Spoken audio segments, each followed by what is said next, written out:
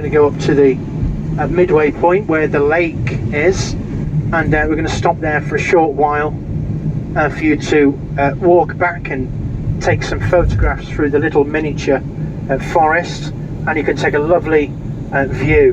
How did this happen here? Well, the time it pushed and it created this valley. And once we get up here, if you look backwards, you can see the two hills farmhouses. After the farmhouse, we go up the side of the hill, and it is a sheer drop on the other side, and it's a single track road. So obviously today I'm not going to mess about obviously with the wind and the rain today, on the safe side. You see the heather we've just gone past there on the left? You'll see some more now. That's the brock here, the yellow mustard I was talking about earlier on. The brock, and there's... We would have come up this dirt. ഇതാണ് Snowdonia. നമ്മള് ഇവിടെ yes നല്ല കാറ്റുണ്ട്. വെയിൽസിൽ, northern വെയിൽസിലുള്ള ഒരു സ്ഥലമാണ് Snowdonia എന്ന് പറഞ്ഞത്. എന്താ ബ്യൂട്ടി അറിയോ, ഒരു വാലിയാണത്. യെസ്, കൊടമടക്കിക്കോ, ക്യാപ്പൊക്കെ പിടിച്ചോട്ടോ. Yes, oh such a beautiful place.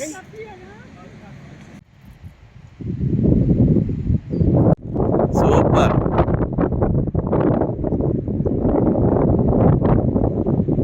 ഒരു വീടാണ് ഈ സ്നോഡോണിയയിൽ ഉള്ളൊരു പഴയ കാലത്തൊരു 1800 സംതിങ്ങിലുള്ള ആ സമയത്തൊക്കെയുള്ള ഒരു ബ്രിട്ടീഷുകാർ കാലത്തുള്ള വീടാണത്. കാറ്റേ കാറ്റേ നീ പൂക്കാ മരത്തിനു കാറ്റും മൂളിയും.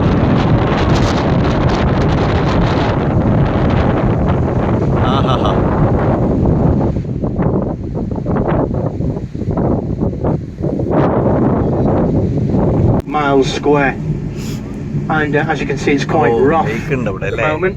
Fresh water trout is in this lake, and they have the catch and release system where fishermen will come. Obviously, when the weather's not like this, when it's better, fishermen will come and they will fish, and they will catch the fish, they'll weigh the fish, and then it's drop and release. ഇതൊരു പഴയ കാലത്തെ building.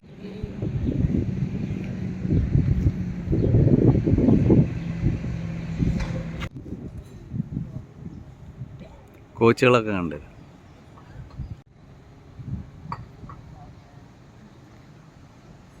പഴയ കാലത്തെ കോച്ചുകളാണ്. അന്നത്തെ വെള്ളം നിറയ്ക്കാനുള്ളൊരു സംവിധാനമൊക്കെയാണ് ഈ കാണുന്നത്.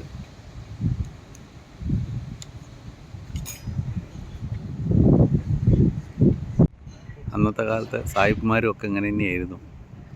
ഈ വെയിൽസിലുള്ള ആൾക്കാരുടെ സ്റ്റൈലേ ഡിഫറെൻ്റാണ്.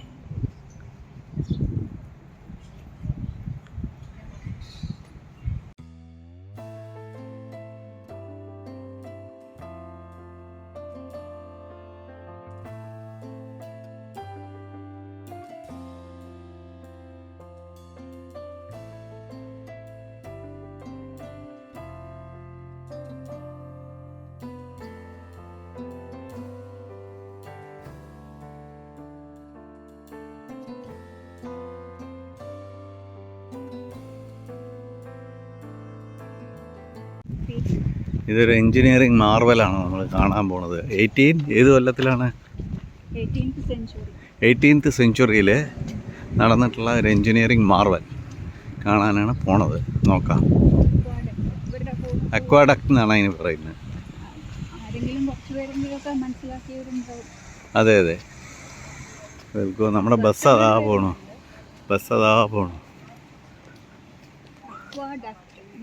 അക്വാഡക്ട് എന്നാണ് പറയുന്നത്.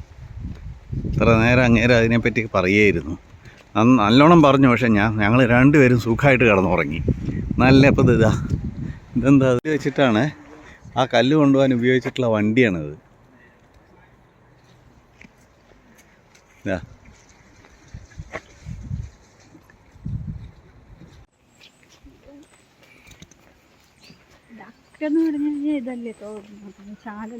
അതെ, ആ, ഇതൊരു എൻജിനീയറിങ് മാർവലാണെന്നാണ് പറയുന്നത്. അപ്പോൾ ഈ കണ്ടതാണോ എന്നറിയില്ല. ചിലപ്പോൾ ഇതായിരിക്കും. ഇതൊക്കെ പഴയ കാലത്തുള്ളതല്ലേ.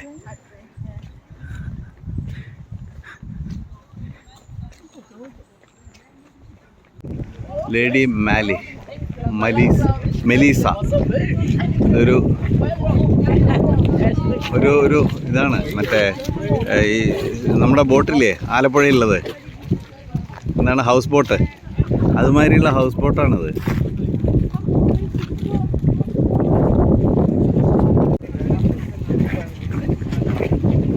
Ready house boat.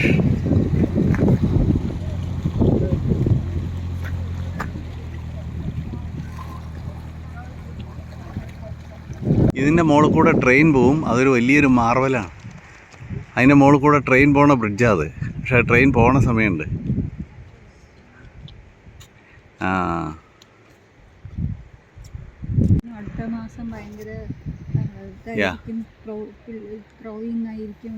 യെസ്, കാര്യം എക്സാക്ട്ലി. ഇതൊരു engineering മാർവലാണ്.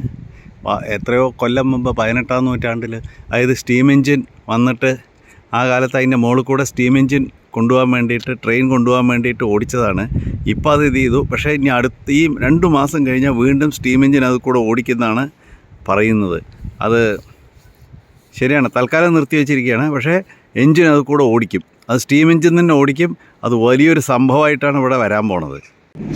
It looks practically new, and hopefully that will be open around about March of next year. I'm really looking forward. May sound a bit crazy, like, because I come out on this tour all the time, and the Lake District, and obviously Scotland. But I'm really looking forward to the day when that is completely emptied, and then they fill it up with the canal water. I'm really looking forward to that, because it would be great to see something that was obviously originally planned to complete and finish during the construction of the aqueduct. However, it was a case of a money issue, and obviously they run out, even though they'd done the tiling on the sides of the canal. Obviously they just run out of money, and they just could not